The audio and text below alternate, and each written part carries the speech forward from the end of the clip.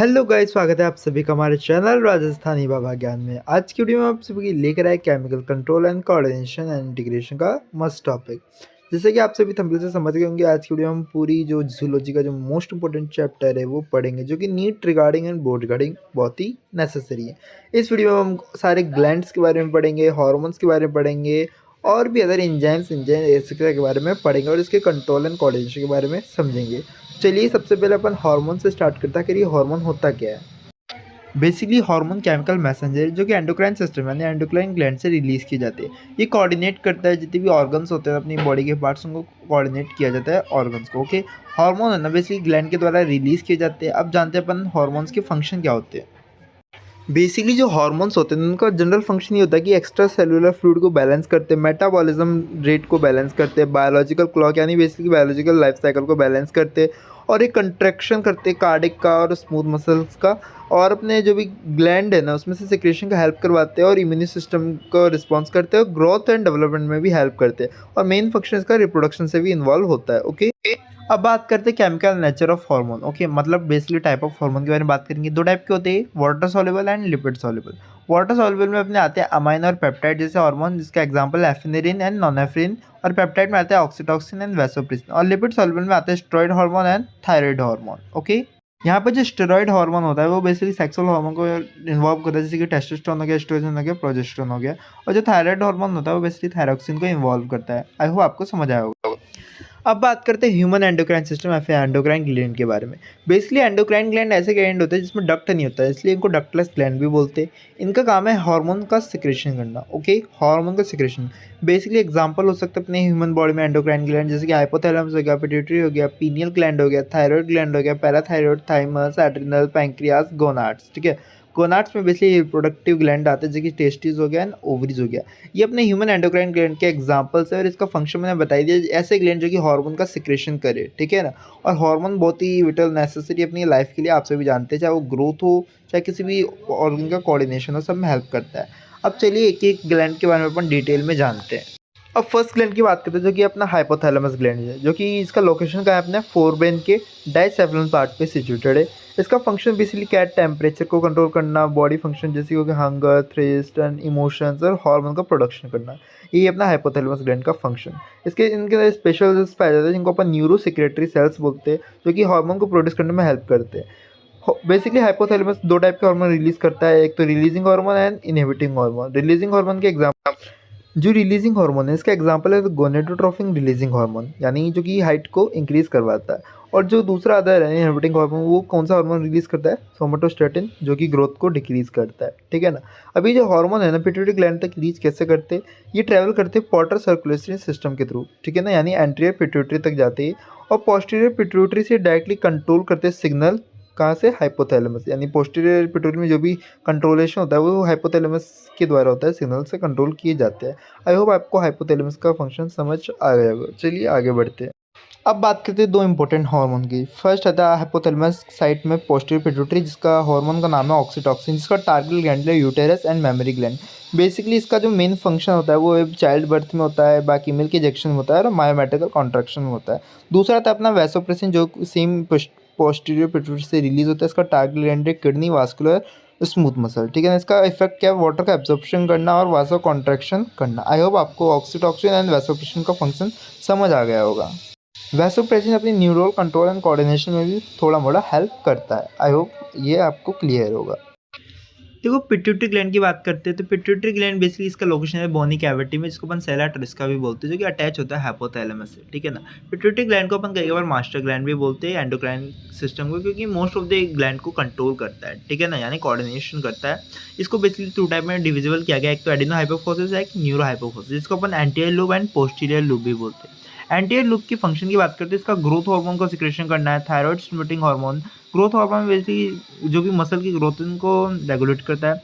फिर आता है अपना एडिनोसाइटोट्रोपिक हार्मोन्स, फिर आता है अपना फॉलिकल स्टिमुलेटिंग हार्मोन। सबके फंक्शन देख लीजिए, जैसे कि रेगुलेट एग सेल ग्रोथ, यानी जो वुमेन में एग रिलीज होता है ना उसको बात कर रहे हैं अपन।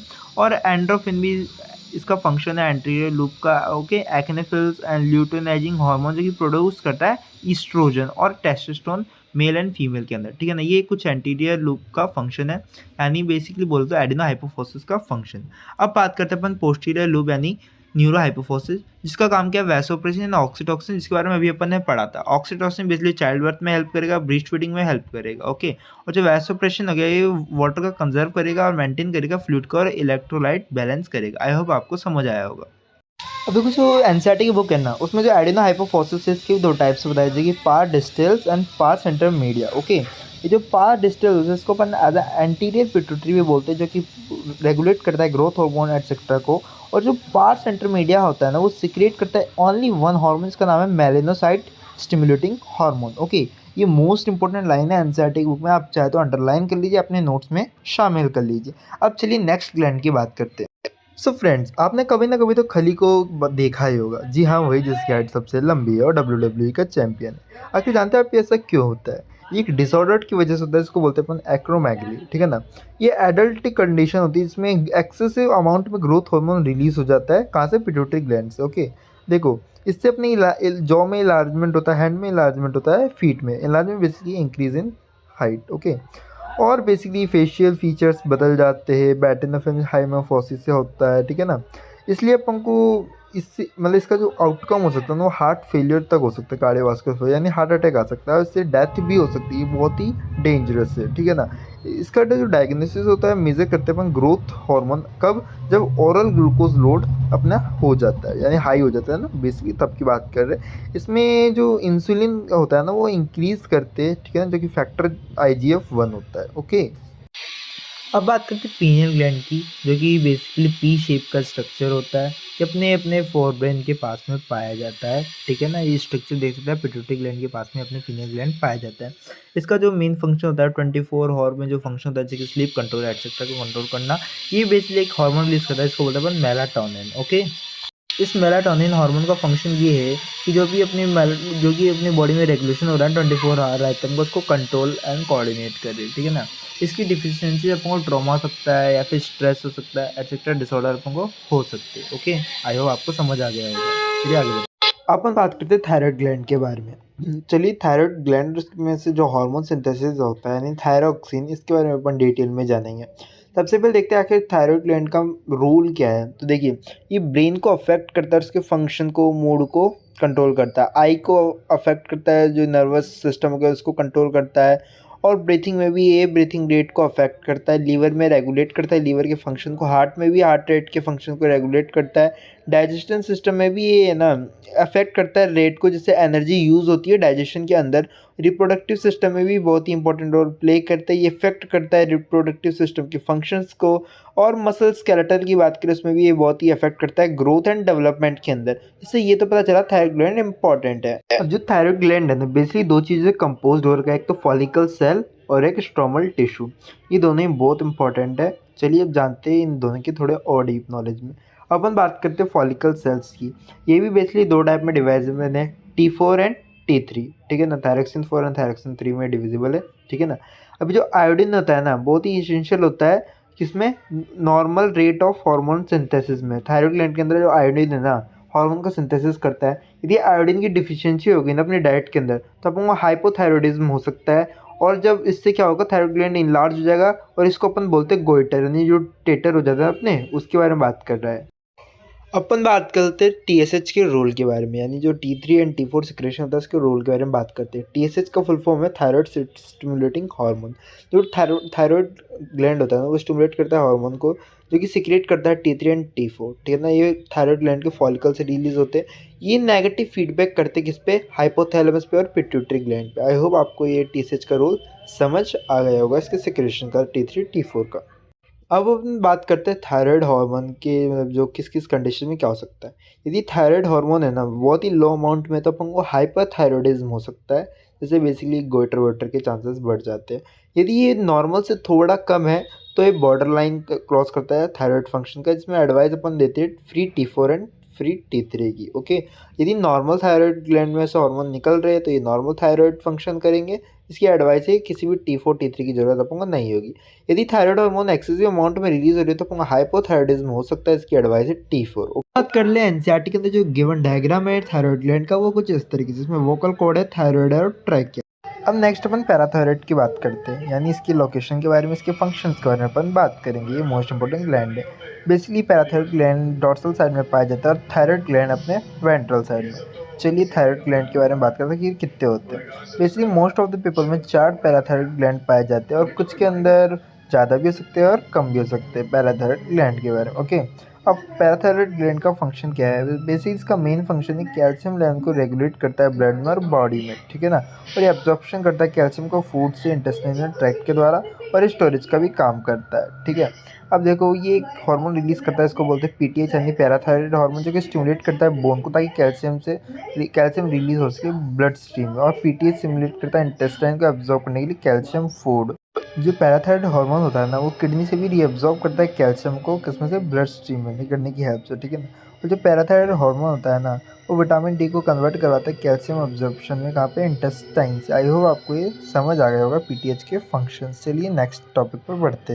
अब थोड़ा सा समराइज कर लेते हैं। बेसिकली जो पैराथायराइड ग्लैंड है ना, स्मॉल एंडोक्राइन ग्लैंड होते हैं जो कि गर्दन के पास में सिचुएटेड रहते हैं। कहाँ पे? थायराइड ग्लैंड के पास में। बेसिकली ये 2 होते हैं, मतलब ईच साइड में 2-2 होते हैं। यदि पैराथायराइड ग्लैंड को रिमूव कर देना तो कैल्शियम लेवल रेगुलेट नहीं हो पाएगा और नॉर्मल से डाउन हो जाएगा। ओके, जी पैराथायराइड ग्लैंड ये हार्मोन जो रिलीज करता है पीटीएच, बेसिकली 3 चीज़ों को कंट्रोल करता है। फर्स्ट है बोन, जो कि कैल्शियम रिलीज में हेल्प करता है। सेकंड है किडनी, जो कि रिड्यूस करती है कैल्शियम क्लियरेंस को और विटामिन डी का एक्टिवेशन करती है। और थर्ड है अपना इंटेस्टाइन, जो कि एक्टिवेटेड विटामिन डी को हेल्प करता है एब्जॉर्ब करने में कैल्शियम को, यानी गट में से कैल्शियम को एब्जॉर्ब करता है विटामिन डी इंटेस्टाइन के अंदर। आई होप आपको ये समझ आ गया होगा। तो चलिए नेक्स्ट ग्लैंड की बात करते हैं। अब नेक्स्ट ग्लैंड हम थाइमस ग्लैंड के बारे में बात करते हैं। बेसिकली ये स्टेनम के बिटवीन में पाए जाते हैं, बेसिकली हार्ट के पास में, ठीक है ना। 2 लूप्स में डिवाइड होता है और ये एज के साथ में एक तरह से डिस्ट्रॉय हो जाता है, ठीक है ना। यानी बड़े लोगों में थाइमस ग्लैंड नहीं पाया जाता। बेसिकली इसका स्ट्रक्चर की बात करते तो 2 टाइप में डिवाइड है, एक आउटर कॉर्टेक्स और एक इनर मेडुला। बेसिकली जो इनर मेडुला है ना, सेम होता है आउटर कॉर्टेक्स की तरह। और जो आउटर कॉर्टेक्स है ना, इसमें प्री टी सेल्स माइग्रेट करते थाइमस से, जिसमें क्या क्या है अपने proliferation and maturation. Basically maturation के साथ ये जो थाइमस होता है गायब हो जाता है और इसमें डेंड्राइट सेल पाए जाते हैं और मैक्रोफेजेस स्टेजेस आती है इस थाइमस ग्लैंड के अंदर। ये कुछ थी आउटर कॉर्टेक्स के स्ट्रक्चर के बारे में। अब चलिए थोड़ा डायग्रामेटिकली समझते हैं थायराइड ग्लैंड को। बेसिकली थायराइड ग्लैंड का स्ट्रक्चर है, सॉरी थाइमस ग्लैंड का स्ट्रक्चर है। थाइमस का देख लीजिए किस तरह से पाया जाता है और हार्ट के जस्ट ऊपर पाया जाता है, ठीक है ना, above the heart. Okay, thymus gland होता है ना, बेसिकली इसका एक मेन फंक्शन ये भी, एक तो ये बॉडी डिजीज़ और इन्फेक्शन से फाइट करता है, इम्यून सिस्टम को रिस्पॉन्स करता है और ये बहुत ही इंपॉर्टेंट पार्ट है एंडोक्राइन सिस्टम का और इम्यून सिस्टम का, ठीक है ना। अब देखो जो थाइमस है ना, ट्रेन्स करता है WBC को और टी लिम्फोसाइट सेल्स को, ठीक है। और जो टी सेल्स होती है ना, यानी लिम्फोसाइट्स के जो सेल होते हैं मैच्योर थाइमस के अंदर, फिर वो ब्लड स्ट्रीम के अंदर एंटर करती है और जो टी सेल्स होती है वो ट्रैवल करती है लिम्फ नोड तक और other organ of lymphatic system. Basically immune system में काफ़ी हेल्पफुल है, ठीक है। अब अदर फंक्शन की बात करें तो थाइमस अपन को ऑल्सो प्रोड्यूस करते हैं हार्मोन, जिसको कि इम्यून सिस्टम फंक्शन को प्रॉपरली हेल्प करने में हेल्प करते हैं, ठीक है ना, यानी फंक्शन करने में हेल्प करते हैं। तो जो थाइमस होता है वो प्रोड्यूस करता है small amount of hormone produce in area of body, यानी अलग अलग बॉडी में जो हार्मोन्स प्रोड्यूस होते हैं उनमें भी बहुत ही मेजर रोल प्ले करता है। और है ना, बेसिकली इंसुलिन हो गया, मेलाटोनिन हो गया, इनको रिलीज़ कराने में हेल्प करता है अपना थाइमस ग्लैंड। ओके, अब आपको ये समझ आएगा। और ये तो थाइमस होता है ना, वो एज के साथ में चेंज हो जाता है, ये बहुत इंपॉर्टेंट। जब कोई स्मॉल बेबी बॉर्न होता है ना, उसका थाइमस ग्लैंड बेसिकली लार्ज होता है, लेकिन जैसे जैसे वो ओल्डर होता जाता है उसका थाइमस ग्लैंड छोटा होता जाता है, ठीक है ना। और ये जो प्रोसेस हो रही है ना थाइमस ग्लैंड का छोटा होना, इन्वॉल्यूशन होना, इसको अपन बोलते हैं एलोट्रॉफी और इन्वॉल्यूशन ऑफ थाइमस। ओके, ये बहुत इंपॉर्टेंट, इसको अंडरलाइन कर लीजिए और अपने नोट्स में मार्क कर लीजिए। जैसे थाइमस डिक्रीज होता है साइज में, ये बिकम हो जाता है लेस एक्टिव और बेसिकली फैटी टिश्यू के द्वारा डिस्प्लेस बोले तो डिस्ट्रॉय कर दिया जाता है। इसी के साथ थाइमस ग्लैंड का अपना प्रॉपर खत्म। अब चल तो बात करते हैं एड्रिनल ग्लैंड की, जिसकी लोकेशन बेसिकली किडनी के टॉप पर होती है, ठीक है ना। इसको अपन ऐसा कह सकते हैं किडनी के कैप समझ लीजिए। ओके, ये स्ट्रक्चर है एड्रिनल ग्लैंड का, आप देख सकते हैं किडनी के टॉप पर पाया जाता है, सिचुएटेड होता है, ठीक है ना, जो कि रेनल आर्टरी एंड वेन से कनेक्टेड रहता है। बेसिकली ये इमरजेंसी ग्लैंड है जो कि fight and fear and flight में हेल्प करता है। ये सारी इमरजेंसी फंक्शंस है ठीक है ना? और ये जो एड्रेनल ग्लैंड है बेसिकली इमरजेंसी में ही काम आता है। यदि ये रिलीज़ ना हो तो इंसान की डेथ हो सकती है या फिर सही समय पर अपने ब्रेन को मैसेज ना पहुँचे, ठीक है ना? ये कुछ मेन फंक्शन थे एड्रेनल ग्लैंड के, ठीक है? और ये जो एड्रेनल ग्लैंड है ना बेसिकली एड्रेनलिन हार्मोन रिलीज़ करता है, ये नोट कर लीजिएगा। अब हम बात करते हैं गोनैड्स की यानी रिप्रोडक्टिव ग्लैंड्स की, जो कि टेस्टिस एंड ओवरी है। टेस्टिस की लोकेशन आप देख सकते हैं नीचे नीचे होती है, जो कि एब्डोमिनल के आउटसाइड होती है, ठीक है ना? इसका फंक्शन क्या है? स्पर्मेटोजोआ करना यानी बेसिक स्पर्म रिलीज करना, जो कि एक मेल गैमेट से, ठीक है ना? और हार्मोन बैलेंस बनाए रखा, जो कि टेस्टोस्टेरोन, ठीक है ना? अब बात करते हैं ओवरी की। ये अपनी फीमेल रिप्रोडक्टिव ऑर्गन है, ठीक है ना? जो कि प्रोडक्शन ऑफ एग में हेल्प करती है, ब्रीस्ट डेवलपमेंट में, बॉडी शेप में, और जो बॉडी के हेयर आते हैं यानी प्यूबर्टी में भी हेल्प करती है अपनी ओवरी। इसी के साथ सारे ग्लैंड अपने कंप्लीट हो चुके हैं, मैच्योर साइकिल में भी